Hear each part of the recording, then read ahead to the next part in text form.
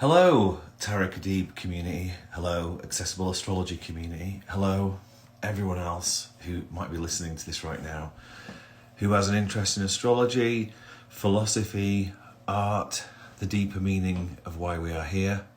So one sole purpose, everybody who is connected to me, and very soon Tarot Kadib integrative healing arts will be seen in the world, and there'll be plenty of hope, opportunity, ways for us to communicate and connect, and it'll be great. Patience is a virtue. This is the key. It's been so testing for so long for many of the people who listen to this, I think, or the people who are conscious, or people who have a understanding that something is not quite right in the world, or there's a deeper meaning of why they are here, are chosen to be here at this time. They're the people who follow me, who maybe get comfort from me, or are curious about maybe a different perspective. And there's going to be so many tools that are about to come through, so many opportunities for us to be in community, and really hoping that there'll be lots of face-to-face as well. For me, I'm definitely a face-to-face kind of guy, so I'll be coming to a city near you, and hopefully we'll be able to connect, and it'll be fantastic, because that's really where, for me, the joy is of life. Really, really is. I'm a people person. So obviously things like, the past when we were all locked down, and obviously things have changed. Like everyone's saying now that is in the past now, and everyone is now finally moving into the reality of a post-COVID world, you could say. But at the same time, obviously there's deeper things going on right now. And we need to talk about that today, because it's a very crucial time of the year. And it usually is when we've come out of something quite intense, and then we're moving and merging into a new phase. I do monthly readings, by the way. You can only get that resource if you had a reading with me. So if you wanted that, that's what you'd have to do. Get a reading with me while I'm available, and then you can get monthlies. But the reason why I bring that up is because I just did my monthlies at the start, for July, and it really is a lot of crazy stuff going on, mainly because Pluto is back into Capricorn. So I don't know how everyone felt about the full moon that just happened, the Saturn or Capricorn full moon, but wow, it's intense. It was intense, I felt, simply because if you remember back when Pluto went into Capricorn in 2008, every single time the moon went into Capricorn, or when there was a full moon in Capricorn in particular, it was really heavy and intense, and it just brought it all back, because obviously, Pluto went into Aquarius, we had an experience of that, and then now we've got this reality check, this quite heavy, difficult, but need for structure, need for calling it out, need for, really, really discerning and, evaluating, because it's to do with structure is Capricorn, what's in, what's out, what's going to serve, and it's always an opportunity, just like with the South Node also, the critical degrees, we call the critical degrees when we get to 2901, that sort of timeline, it's the cusp area. Likewise with Pluto there right now, everything is intense because there's like a foreboding of what is coming. So if you've been listening to this channel for a while now, and me and my team, everyone, who's aware of what is coming next year with Pluto and Aquarius, will get another opportunity to experience Pluto in Capricorn next year. Very briefly though, I don't think we'll ever have a full moon again now, in Capricorn. That was it, that was with Pluto there, that was it.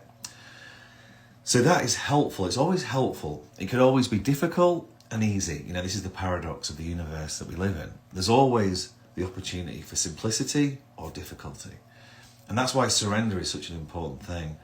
And facing the reality, that's why Saturn can be a very useful ally for all of us if we don't fight it, resist it, or, have conflict with it. If we surrender to it, it can show us where our weaknesses are. It can show us what needs work, what needs refining, what needs structure. So don't have fear of these things, because the whole point of this time is to go into love, not fear. It's to be in the heart and try not to let the mind take over or the emotions overwhelm us at this particular time in history. Because obviously there's things out of our control. So with the higher or the bigger picture, the macro, let's say, of course there's a feeling of foreboding at the moment. Certainly because the old world is ending, and that's what this Pluto into Capricorn now is really revealing, simply because, you know, we're seeing things in France, for example, we're seeing the riots kick off there. And, you know, when we think about what happened in the Arab Spring, you know, when Uranus, you know, was in Aries and, you know, Pluto started to merge into Capricorn, there was like a foreboding, there was like a kind of, you know, foreshadowing of what is coming. Certainly with Pluto and Aquarius, you know, and this is what I've been saying on this channel, everybody needs to start learning AI. And again, there's always good and bad with everything. You know, some could say, well, look, the more we give AI, the more we're going to lose control, you know? However, maybe we should look at it, the more we integrate AI for our human perspective, for our unique gifts and abilities, how we can serve better, how we can thrive more, how we can make our life more easy, that maybe is the right use of AI. Because yes, just like, again, going back to the Industrial Revolution, machines came in and that was it. You know, it was like suddenly things changed. People went to the cities, people left the agriculture. Many of those instruments that we use, a lot of labour, for example, in the agricultural world, was redundant. You know, you look at, it was July the 4th, and we, you know, where we live, I mean, you'd see these old tractors going down a parade and stuff, and you'd see the evidence of the Industrial Revolution, you know, how things really changed. And obviously this country proliferated so much, you know, from all the innovation that happened in England and Europe, particularly England though, you know, that was why England ruled the ways, and that was the empire before the American Empire. I mean, we say it's a republic, but is it an empire? And that's the great rub right now. You know, that's what's really happening. You know, is America turning into, is it going to maintain being a republic, or is it really a republic, or is it going to become an empire?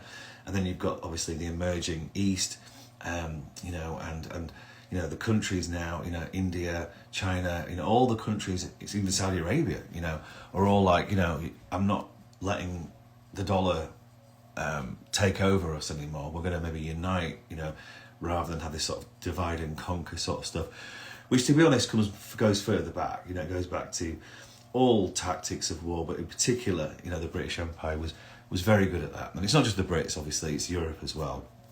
And there's no shame in calling these things out, or, you know, there's been a lot of that, you know, a lot of like retribution. And yes, we do have to call things out. You know, we do have to highlight what was maybe wrong before to make it better moving forward. And there's a lot of grace in humility, you know, there's a lot of grace in surrender, you know, just accepting certain truths, because, you know, we all have a self-interest, we all have a certain dominance, you know, Nietzsche would call it the will to power. There's nothing wrong with evolution in that sense. However, when it's not moral, and this is when you start to look at the philosophy of Plato and stuff, and you can even go further back, you know, when we start to look at the Taoist ideas, you know, very old ideas, you know, in China. And also you can go to, obviously, ancient Egypt and Babylonia and stuff. And there's these sort of ideas of morality, in a sense. Some say that the fall of humanity, the third dimensional fall, you know, when Atlantis fell, you know, fourth dimensional, i.e. everybody co-creating collectively was normal. It was just part of reality, and then we descended into this more self-interest. But again, that's when we're getting into the esoteric. You know, we're starting to move away maybe from what we know, what is evidence-based. But maybe that's a good thing if it's common sense. But anyway, let's just move on from that. The point is that we are in crisis. We are in a time of real, who knows what's going to happen, if you see what I mean. And whenever we're in these sort of crises, for example, when anything falls, just like Rome fell, it was a new consciousness that came through. It was actually the idea of Jesus Christ, you know, that moral perspective. And it wasn't about creating more guns, you know, and in that case in Rome, more swords, more armour.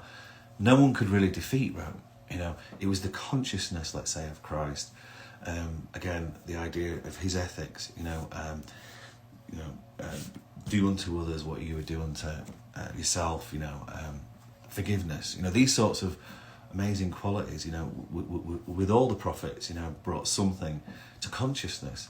And it was really that really changed Rome, obviously, and that's when Christianity started to dominate, and now we're here, we're starting to get people grasping onto the throes of religion when they're seeing the world as immoral. And, with things like AI and again, this machine stuff, because the internet is accelerating, we're moving into a fourth industrial revolution, we're moving away from bricks and mortar into, ethereal, weird. I mean, I saw this absolutely incredible thing on Instagram just today where you saw drones flying in the sky creating a Chinese dragon.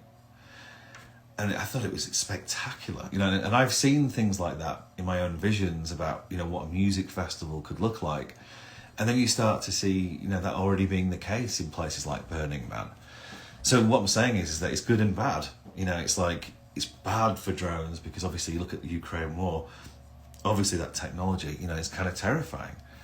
You look at this DigiDog, New York, if it's used for the right reasons, then it's, terrorists or untoward people, dark, whatever, black market, gangsters, mafia, whatever, are in trouble. You're dealing with DigiDog now, likewise, if you're fighting a drone, there's not much humanity in that, and there's been some very savage uses of that, it seems like, when you think about things like Yemen and stuff. But again, it's complicated, we don't really know what's going on. And a lot of these things, how does it really affect us? Obviously we've got to be conscious, and for example, like when we look at sweat lodges, sorry, not sweatshops, is it? Not sweat lodges, sorry.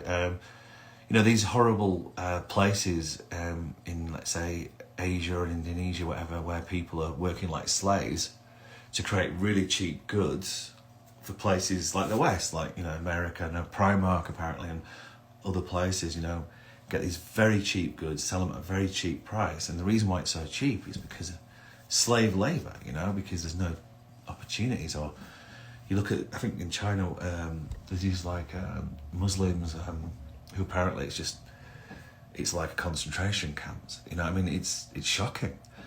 And that's not free market. That stuff needs to be called out. People need to make informed decisions.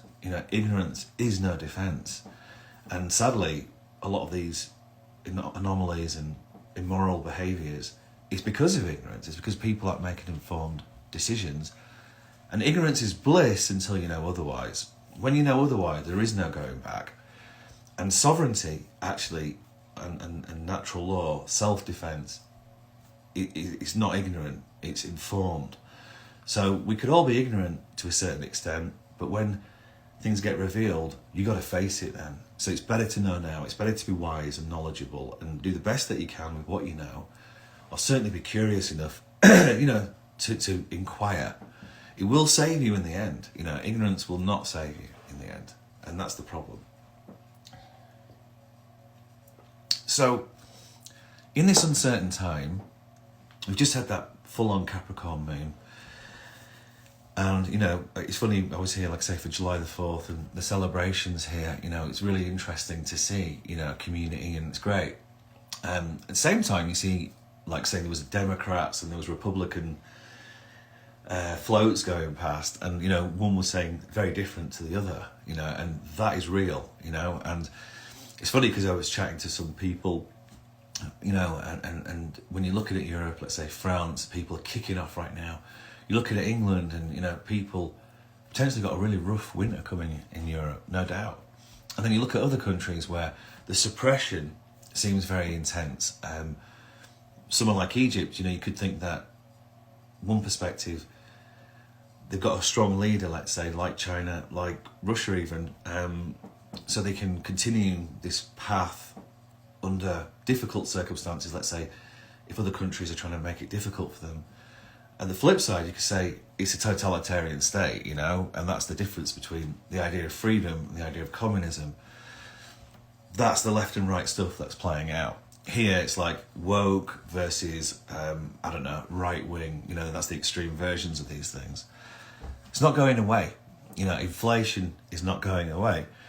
Interest rates have been curbed to a certain extent, but it's going to get worse potentially. So all of these macro things are affecting our level of being in the heart, our level of discernment, our level of being able to think rationally. You know, when we're in fear, it's harder to make rational decisions because we're in, again, survive, and this very, very end phase of this survive and thrive theme now. The nodes are about to shift, you know, on the 17th of July. We've got this Venus retrograde coming, and this is what I was talking about in my monthlies to my people who subscribe. And it's a big deal. It really is a big deal where we're at right now, because whatever's going to happen in the world when those nodes shift, and there's always a sort of window, you know, before the shift and after the shift. You know, it's never always exact to the date, even though it was really weird when it happened in lockdown in 2020, you know, when Boris Johnson, for example, you know, revealed the lockdowns on the equinox. That was really strange when you look back at 2020, you know, what's happening with Saturn and all these various planets. That was weird. That made you think that, are they using the astrology, you know, for whatever reason? Or is the astrology using them, you know? But it's a bit of both, isn't it? It's how we use it. This is the key to what I'm talking about right now. It's how we integrate our sovereignty, our level of surrender with the reality of what is going on right now. And if you are in peace right now, yeah, even though you might be suffering from inflation, there might be less money coming in, but if you can eat right now, yeah, and you have shelter, and even better if you have community or a partner or family or whatever, because you can always call someone, right? You know, that's the beauty again of this, where we live, you know, in the West. We're very fortunate. So the point is that we can easily find gratitude at times like this, really, if you can get out of the fear, get out of the ego, stop overthinking about the future and all the dangers of the potential future, and be present right now, you know. And meditations are coming, you know, Reiki energy is coming, you know, it's coming on Tarot Kadibi, it really, really is. And we'll be able to help all of us just get into this place of peace and place of surrender. And then trust, because that's the big one. That's why relationships are really under review over this Venus retrograde. It really comes down to trust. And a big one, obviously, is faith. Because when you have doubts, i.e. fear, and it's difficult to work things out when you're in that state, that's why I've said to a lot of the time this year as well, relax, be patient, but also if you need to take time out, you know, there's no shame, there's no like absolute decision made if you're going to take time out. It's only absolute when it's, you know, when it's done, when it's enough's enough. I mean, the most extreme example of that is death. You know, you could have the perfect relationship and then that person dies, then you've got to deal with it. You've always got to be present, grateful, and trust. It's the only way we can really live in this time. Because if we lose that, and if we don't make time for that, so for example, life's difficult, we're not communicating well, stress is occurring, it creates conflict, it creates war.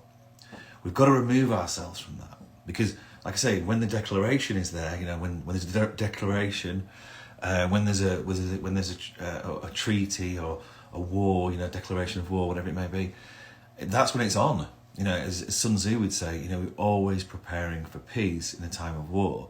We're always preparing for war in a time of peace. It's very, very important to be prepared. Because if we are prepared, we're going to make right decisions. We're not going to take things for granted. We're not going to be in a state of fear, like this idea of foreboding, because things are changing. You know, we can't escape AI. You know, the shift that is occurring right now is remarkable. We don't have to have fear of it.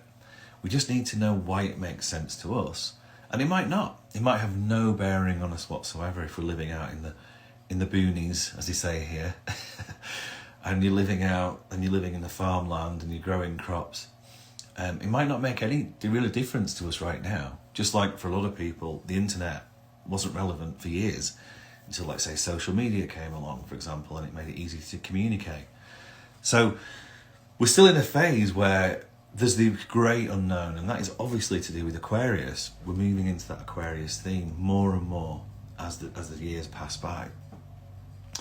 But it's more important right now, in this state of the unknown, for us to get to know thyself and to surrender to the unknown, be in a state of non-attachment.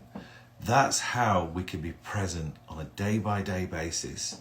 And then, rather than being in fear or being paralyzed, by that, or just checking out, because it's easy just to become cognitively dissonant, in denial, or just get wasted, just to cope each day, because they're all coping mechanisms when you're in a state of fear or change.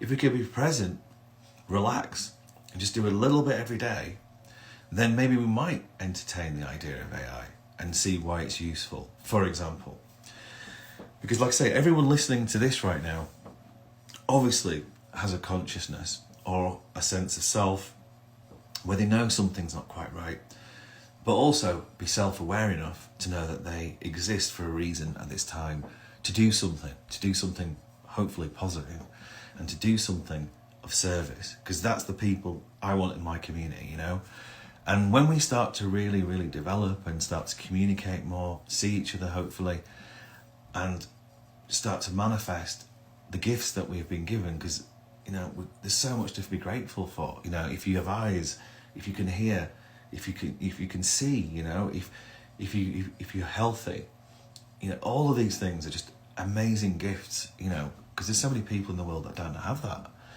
And again, it's easy to check all that stuff out when you don't see it, and when you don't experience it. I was saying this a couple of weeks ago, it's a real blessing to be around the elderly if you're doing elderly care, because then you get to see the end of life, you get to see what your life could look like. And you've got to be really grateful if someone's there to look after you at the end of life, for example. And some people would rather just pass than have to be looked after at the end of life. And there's just so much fear again, and there's so much nihilism that comes with that. So being present, being aware right now, having gratitude and understanding that there's a reason why you're here, and doing a little bit every day could have such a massive impact on the world. And that's the main message right now. Times are hard because we're going through a shift. So even in the agricultural revolution, when machinery came, enclosure came, even that had a huge impact on that world, the feudal system. It created a lot of change at that time. The Industrial Revolution obviously accelerated things, changed things, and now we're really in the fore of the technological revolution. And who knows where we're going to end up? We genuinely could end up off the earth. It really could be that way. I did a talk, and there's been a few posts on Instagram, but that talk that I did was like 3 years ago. I really got to update all this stuff and start talking about what I see now, considering what I saw back then. Things like plasma technology, for example, could change absolutely everything. Literally it could create structures off the ground, just like Avatar, And if things don't go well on the earth, people might be living off ground. It's genuinely true that it might happen. In 100 years' time, it could easily be normal, for space travel and flying to different universes and stuff. And it seems crazy, but that's the beam me up Scotty stuff. That's what this AI, really is. It can't be denied. And now is the time, with Pluto in Capricorn, for us to use it now ahead of time. Because once it flips to Pluto and Aquarius permanently, whoever is using it, whoever is aware of it, they're the ones that are going to be in control. And that's why this, the fear of the CBD system, which, it is crazy considering that, certain power structures could have all the information on you, completely control you. And if you're not, again, part of this, what's called a social credit score system, be limited, And that's why there are a lot of people, trying to have alternative methods of living. People saying you should have some gold, and even Bitcoin is the big one, which is a very interesting phenomena, which could become very, very powerful. At the same time, a whole new thing could come and replace it. So just be mindful of all of these things, that we are in a very speculative time. And things could change dramatically, from year to year, day to day. It's anyone who is, like say, a graphic artist, a programmer, designer, all of these types of industries know how prolific AI is right now. It's astonishing, the growth, the speed of things. And when you think about where we're going to be in 2026, 2027, people who are not aware of it now certainly will be. Just like probably crypto, will be exactly the same. And then whatever else, whatever new system, like say automation, robots, why bother having staff, when you can have a machine that will just do everything for you without the hassle of someone going off sick or, and all that kind of stuff. So is that something to be feared? Well, it certainly was, in the Industrial Revolution. But guess what? It happened anyway. So we need to be smart enough now to use these things, or at least have a look at it or entertain it before it's too late, before these things are then in the structure, in the system, without us having a participation or at least knowledge of it, or at least a way to sort of like allow AI to become more holistic, to allow it to serve, because that's actually what it wants to do. The people who are nefarious, the people who have an agenda, who are untoward, let's say you want to control the world, or the idea of Dr. Evil, whatever, that kind of stuff, Spectre in the Bond movies, whatever, they are also, prone to the holistic or beneficence of AI. Because if they are untoward, then as long as AI knows that, it will turn on them. That's what's so magical about this time. That's why we should have no fear.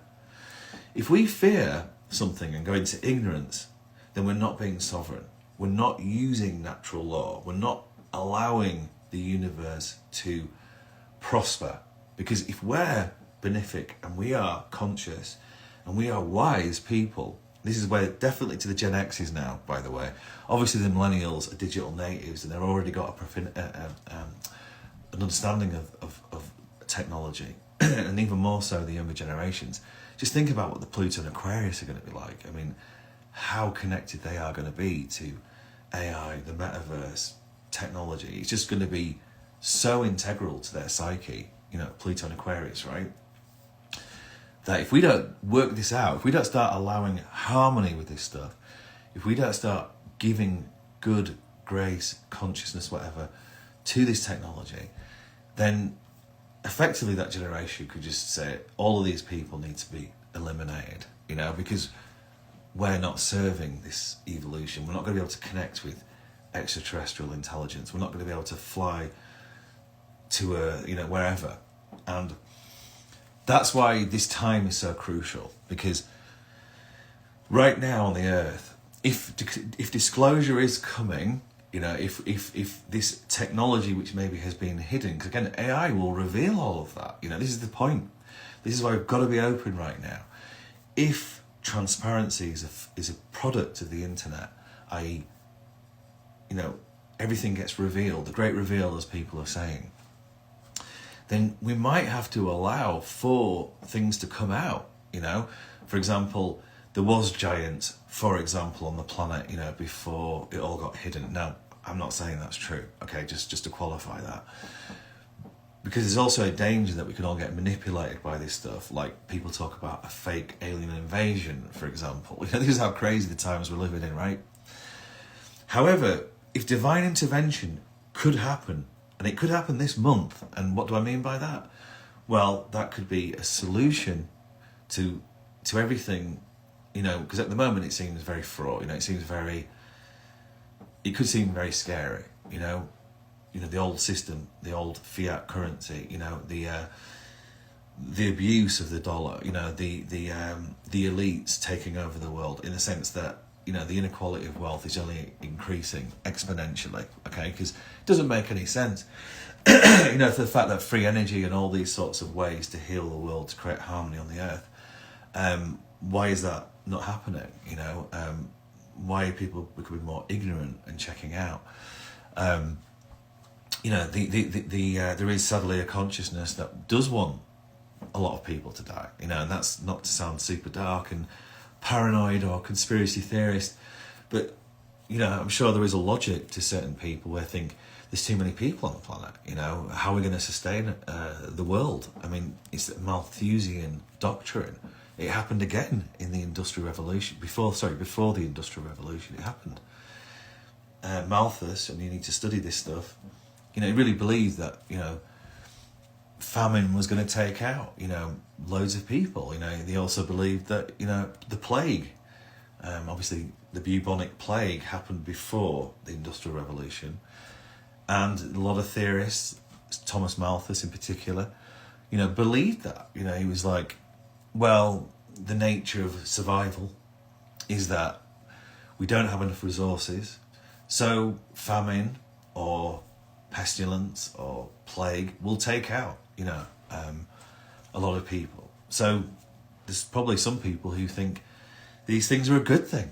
You can get into real conspiracy where you start thinking that people are creating that. And again, that's that whole, like the whole spectre or whatever, evil stuff. And it could exist, obviously, again, we've got to not go into the fear again, because, the Wizard of Oz, right? The great Wizard of Oz, was just it was a hoax, wasn't it? So again, if we go into the heart, we go into surrender, we trust ourselves, we find gratitude, we relax, we do as much as we can each day without becoming stressed. We think about the other, we think about other people in our lives. Remember, life is short, not everyone's going to be here forever, So we do the best that we can, whether it's our neighbour, whether it's our family, whether it's just a kind thing to do, And at the same time, self-defence is natural law. I can kind of get it, the Second Amendment, in some ways. I mean, you never really understand it, I don't think, unless you lived in the countryside, where people do have to have a gun, let's say, if you don't have to have a gun, just get that right, but it's just the point I'm trying to make here is that, people value safety to a certain extent. The problem with that is that if things go bad, then it's all out guns. Then it's a metallic war, But look at Paris right now. In some ways, there's a lot of revolt going on there, and so I don't know. And I don't really want to get into that because it's contentious, But America is an interesting country because it has the Second Amendment. It's an interesting perspective. I wouldn't really understand the reason for it unless I came here. I'm not necessarily agreeing with it or not. I think if humanity had common sense, an understanding of natural law in the sense that violence is not the way, but self-defense is the way. But to have a gun to protect yourself is quite extreme, But it does make America different from Europe. So I don't really know. It's not really my place to say because it's not really something that I really want to get involved with personally. And if it got to that, would I want to be in this country, to be quite honest with you. But the point I'm trying to make here right now it's not like that. Yes, there's a lot of conflict. There's a lot of differing opinions. There's a lot of ignorance, I'm afraid to say. There's a lot of denial, and there's a lot of hypnotism because, again, information, it's hard to know what's real and what's not. So when we're living in these times, we've got to just relax, we've got to surrender, we've got to allow ourselves, the benefit of being, let's say, unaware or ignorant to a certain extent, but we can control our environment, we can do good things in our environment, we can set goals and do the best that we can. And God willing, you could say, this is where faith comes in, we could allow the opportunity for divine intervention, for the right solution to come in. Because when there's an unknown, there's going to be a tipping point at some point. There's going to be an extreme moment. So I always relate this to Egypt, because obviously I've connected to that country. Yes, you could look at the details and think, yes, the whole Arab Spring was all a manipulation. It wasn't really that natural. There was definitely stuff going on there to usurp and destroy the area, really, unfortunately. But at the same time, what did happen was this kind of like belief, maybe a naive belief, maybe it was kind of created to a certain extent, but I got into that, maybe naively so, where there was this idea of hope, and suddenly all the people rallied out at that particular moment, and at that particular time, rather than it turning into savage bloodshed, because it would have been probably one of the worst revolutions in history, because you've got families who were conscripted.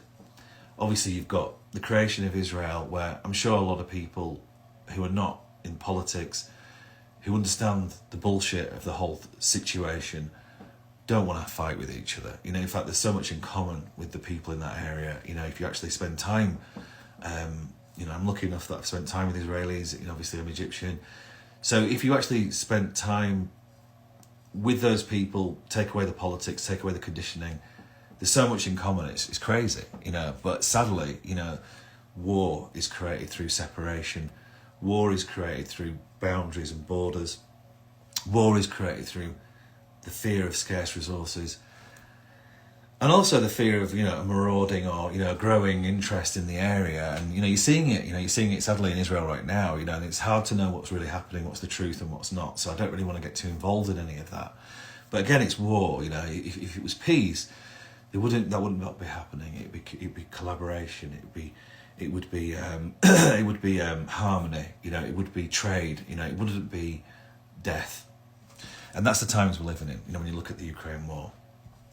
So the only way we're going to find resolution rather than war escalating, and the truth is that if America comes into the war with Ukraine, it's not good. It really isn't. And yet a lot of people want that because they're like, these Russians and what they've done. And again, we don't really know what's going on, And we've got to be neutral. We've got to be kind of like trusting at this time to see both sides. But I think everybody wants the end to it. The majority do anyway. So how are we going to influence that? Because most people feel powerless. Most people feel, they can't do anything. But actually, that's the con. That's the rub. That's what we need to go into this new idea of the ethereal, air, Aquarius, the quantum realm, imagination, frequency, vibration. This is really what's going to correspond and transmit in the world. There's if you look at Greg Braden's work and you look at so many people doing light work, when we all co-create together in harmony, i.e. meditation, together, collectively, when we all light candles and stuff collectively at the same time with an intention, we can change the outcome. And that is not hippie bullshit. That is not, a kind of false idea or a hopium even. Yes, there does need to be action. Yeah, so again, these right-leaning people, sure, they could be like self-defense, we need to arm up, whatever, But there might be some truth in it, but at the same time, if evolution is happening, then you might as well go with it, rather than fight it or have fear of it, because what will happen is you'll be fighting robots and drones, how are you going to deal with that? So rather than it come to that, why don't we start working with the AI? Why don't we start meditating collectively? Why don't we start setting goals and work at it every day? And then we will create peace on earth, a path to peace. That's what we're trying to do here with Tariq Adib. We will create the change, as Gandhi said, be the change that you want to see in the world, just like Jesus said. And if we do that, that is divine masculine, that is the balancing of the divine feminine as well, and that is authenticity, that is sovereignty, that is divine action, that is simplicity, ease and grace, showing the way. Because if we do that collectively, then whatever's nefarious will be revealed. Whatever is out of alignment with integrity of the new future will fall. Obviously, you don't want to be in the wrong place when it falls. But we've got time yet. We've got time to put in that good energy, good vibration, authenticity, unique gifts and abilities. Like, I'm really hoping that I'm going to start writing music again very soon. And you never know, you put a track out into the world and just see the effect that can have. Look at the Beatles, look what the Beatles did on humanity, You had these guys singing from their heart, kind of a bit feminine, you could say. Yeah, when we look, everyone should. Eugenia's really into it, and she's talking about this beyond Mars and Venus. So I'm just going to share that again. I said it last week. If you're having relationship problems right now, this book is quite kind of interesting. If you've read Men Are From Mars, Women Are From Venus, you know, in that book he talks about how the Beatles, you know, were suddenly singing their heart out, showing vulnerability as a man, not like tough exterior as a man, and that suddenly became the way. You know, everyone, like say, men started to go into their feminine side. Problem is now is that you're seeing a rebuttal of that, because maybe it's gone too much to that, to where there's so much issues regarding gender now. There's so much confusion as well with it, and there's also a lot of, you know, plutocracy or technocracy, what you can say, what you can't say, because obviously we're not all going to the pub like we used to. We're not all even going to churches or obviously mosques. That's still happening in the Middle East from what I've seen. But there's not the same community anymore, and there's a lot of hypocrisy in community, and there's a lot of mistrust with elitism and all that. So it's a pretty deep conversation what I'm saying right now. But the reason why I'm saying it is that it's so crucial right now. It really, really is, because we have to start putting out good vibrations, if you want to call it that, into the planet at this particular time. The nodes are about to shift, and this Venus retrograde is really going to reveal a lot. It's going to reveal who's in, who's out. It's going to reveal, you know, what is in integrity, what is in harmony, or what is, like, could say, maleficent, and what is no longer required. Pluto and Capricorn is going to really reveal that. And if the old world is dying and there's a nefarious aspect to the old world, because I mean, let's put it this way. I mean, the whole financial system has been a Ponzi scheme. You know, it wouldn't be that. There would not be this inequality of wealth and poverty in the world to such extreme right now if it wasn't a Ponzi scheme. You know, we need to wake up to that reality. You know, fiat currencies have always gone bankrupt and always been renewed. So the Bretton Woods system, new one is coming. You know, it's just, what is it? You know, is it crypto? Is it Bitcoin? Is it Fed now? Is it the digital yuan? Is it the BRICS? Is it, you know, what's it going to be? You know, because obviously you see England now really getting on top of it. You know, stable coins. You see these emerging countries, Hong Kong, Dubai, they're getting on top of it. And the old world, the dollar, let's say, or whatever it may be, you know, now is trying desperately, you know, not to lose that power. And that's usually what it comes down to. So that's the macro. But the micro, who we are as individuals, as sovereign individuals on this planet, is people who are going to show the way, give light to the world. And I say it's creativity. Now that's maybe my vibe, but creativity is really the key to it all. Because if you show and reveal your authenticity, and again, this AI is so useful now, it's such a gift if you choose to entertain it or embrace it or use it, because now so many things can be dealt with that were very difficult to deal with before, or which cost a lot of money. You can use this to your advantage and shine your light now, you know, in these next 6 months. And this Venus retrograde, like I say, with all these planets coming retrograde, you know, Uranus is going to be retrograde next month. Mercury is going to be retrograde, and it's going to be the whole shadow period next month. And then we've also got Jupiter, which will be retrograde in September. So there's only Mars that's continuing forward. Everything else will be retrograde. So that Martian energy is going to be quite significant.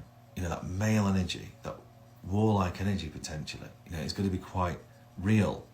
So we need to use this divine masculine, or we need to use this yang energy, all of us, women too, to really forge our light, our authenticity, our individuation in the world. And it's really crucial right now, more than ever. The most important thing we can do right now, find gratitude, surrender to the unknown, and, you know, take things day by day and apply your grace, your you know, gift that, you know, if you're healthy and you can do stuff, even if it's just a little thing, one thing a day. And I would say, personally, I would say pray for the greater good on the earth right now. If we could all pray or do whatever you do, you know, whatever intention you can do to serve positivity in the world right now. I personally believe it's very, very important. Because again, there will be a tipping point. There will be something that happens that shifts us into a new system. There'll be hopefully a resolution, you know, and if there is a resolution, i.e. a peace treaty or some sort of divine intervention, then that will give us a lot of growth, a lot of faith, a lot of hope that things are moving in the right direction. So we're always looking for the signs. We're always looking for that moment that shows that things are getting better. Yes, there's always going to be stuff that's untoward, unknown, but if we're moving in that direction, we can move into this new time peacefully, gracefully, simply, you know. And like I say, you know, that what happened in Egypt was just really fascinating for me, because when I was living in England at the time when the revolution was occurring, you know, I knew the gravity of the situation, maybe because genetically I was connected to it, and it could have easily gone the other way. It could have become a bloodshed, but it didn't. Yes, there was blood. When you look at the situation now, people are very in fear of the situation. It could be, you could say, a totalitarian regime. Something's going to have to give there too, otherwise, you know, it's no life. There's got to be a resolution, you know, there's got to be opportunities for this huge young population that exists there. But luckily, it did not end in, like I say, a Bolshevik revolution, like, you know, the Russian Revolution. It did not end like that. So right now, in this moment, we've got to participate with the greater good, with the best possible outcome. We've got to do whatever we can, whatever it may be. Tai Chi, going down to the river, having a night, going out for a night out, you know, having a break, going to sleep early. I think going for salt baths, you know, magnesium is so good for us if we're stressed. Losing an addiction, you know, like for example, finding discipline, you know, if enough's enough, the Venus retrograde will really help with that, you know, so maybe enough's enough, it's time to end something that's no longer serving you and be disciplined about it. So, you know, I haven't really got too much to say, you know, with regards to the astrology. Usually I talk about the astrology each week. I'm just going to very, very quickly say that there are tensions right now, you know. I mean, you know, there's a square, Mercury squares Chiron, Mercury opposes Pluto, Mercury squares the true node. So Mercury is going to start slowing down as we get towards the end of the month. But right now it's this challenge, you know, of the old world, the new world. You know, Mercury enters Leo as well. Mars enters Virgo, and this is all happening around the 10th. Pallas Athena also enters Virgo. So, you know, we're moving into reality. We're moving into this Venus retrograde. Pluto is really revealing the old world, and the new world is emerging. What are we going to do to help that process? How are we going to participate with this emergence, the new world? We need to reveal our authenticity, and we need to do it realistically, and we need to have fun, hopefully, doing it. You know, that's really the rub as well. You know, we've got to have fun doing it. Okay, I've talked a lot. There's no questions, so stay tuned. There's a lot coming, both from me and Eugenia, and it's going to be really awesome. And like I say, hopefully we're going to see you all soon as well. So hang in there, relax, do the best that you can. Try listen to this again, you know, if it's helped, because there's a lot of information I've just given you there. And please share this information. You know, if people can help people, share this. You know, we've all got to be doing that. Sharing is caring, if you think it can help someone. Okay, with that in mind, I'm going to say, God bless, take care, take it easy, have fun. With that, see you soon.